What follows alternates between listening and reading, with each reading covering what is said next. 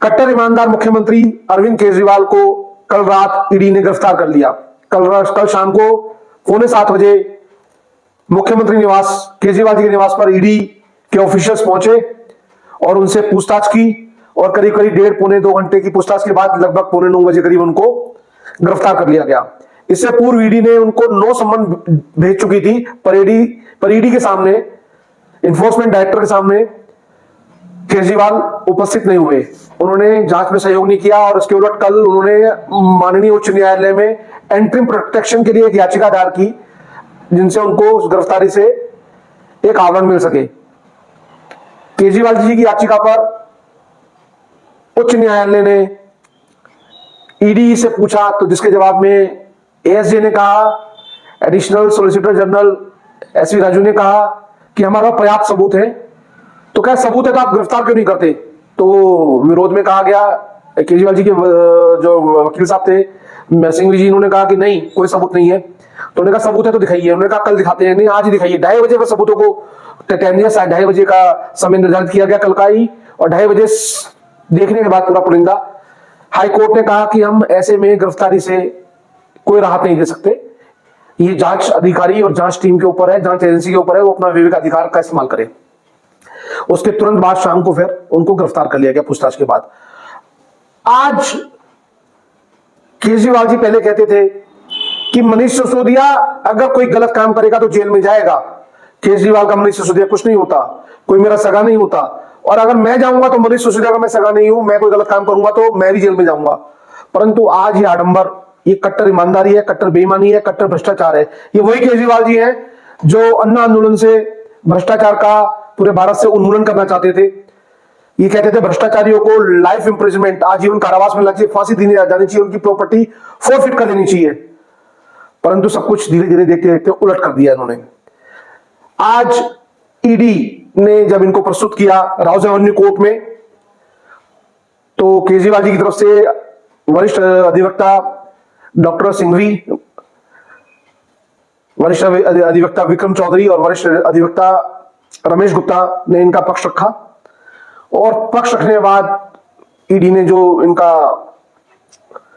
Cross questioning हुई आपस में दोनों पक्षों में, पहले ईडी ने अपनी बात रखी, फिर इन्होंने अपनी बात रखी, फिर ईडी ने इसका रिजॉइंडर दिया, और उसके सब कुछ के बाद कोर्ट ने फैसला रिजर्व कर लिया। ईडी ने कहा हमारा पर्याप्त सबूत है कि केजरीवाल जी ने भ्रष्टाचार किया है और केजरीवाल ही मुख्य सरगना है, Kejriwal is a king pin, और इसमें उनकी संलिप्तता सबसे अधिक है। आखिरकार कैसे ये सब कुछ हुआ? इससे पहले मनीष सिसोदिया पिछले 9-9.5 महीने से जेल में है, उसके बाद संजय सिंह जेल में है, विजय नायर से पहले पकड़े जा चुके हैं। विजय नायर को कभी केजरीवाल माई बाय कहते थे, माई बॉय, ये मेरा आदमी है। तो वो ही विजय नायर जो संपर्क सूत्र बने शराब कारोबारियों से संपर्क किए, और के कविता के भी मीडिएटर वही बने, और के कविता को जब हिरासत में लिया तभी लगने लगा था केजरीवाल जी के ऊपर कभी भी ईडी के दरवाजे पर पहुंच सकती है, और वही हुआ।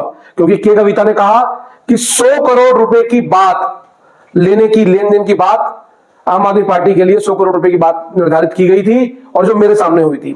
और एक वाईएसआरसी के जो सांसद है मिस्टर रेड्डी, उन्होंने भी कहा कि 100 से 150 करोड़ रुपए की बात मेरे सामने हुई, और 164 के बयान उन्होंने मजिस्ट्रेट के सामने रजिस्टर्ड कराए, केवल पुलिस के सामने नहीं है। तो उन सब बयानों के आधार पर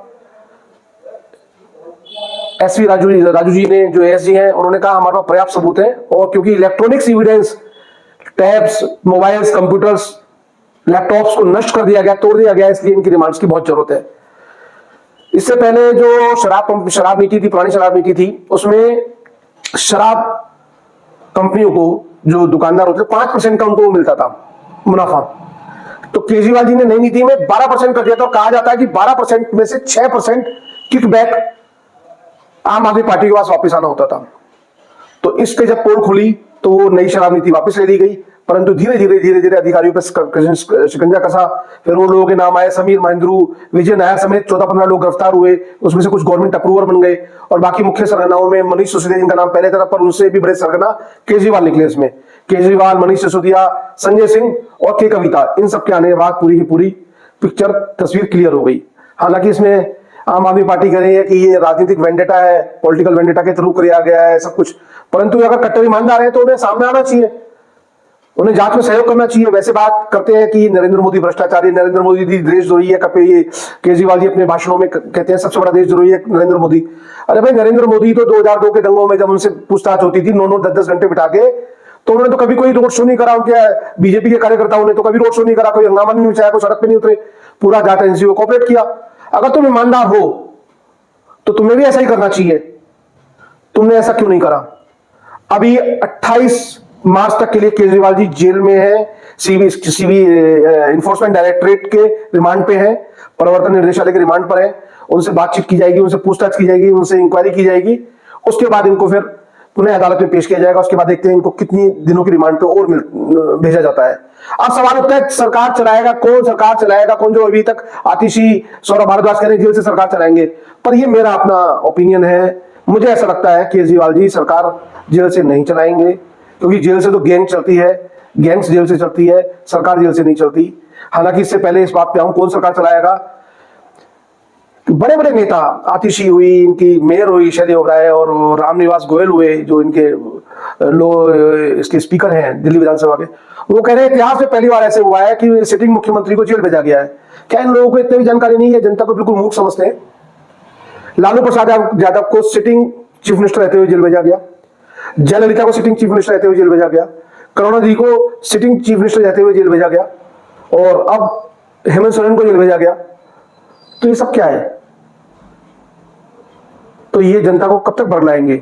हालांकि ये जो ईमानदारी की पोल है वो पूरी तरह से खुल चुकी है। अब ये जनता निर्धारण करेगी कौन ईमानदार कौन नहीं। और रही बात ये कि कौन मुख्यमंत्री, किसको बनाएंगे केजरीवाल, क्योंकि जो बड़े चेहरे थे, मनीष सिसोदिया पहले से जेल में है, सत्येंद्र जैन पहले से जेल में है, संजय सिंह पहले से जेल में है, आतिशी और सौरभ भारद्वाज नंबर 2-3 के किरदार बनते हैं। पर नहीं, मेरा अपना अनुभव कहता है अगर इनको मुख्यमंत्री बनाना पड़ा तो अपनी पत्नी सुनीता केजरीवाल को बनाएंगे। अब देखते हैं आगे क्या होगा। तब तक के लिए नमस्कार, जय हिंद, वंदे मातरम।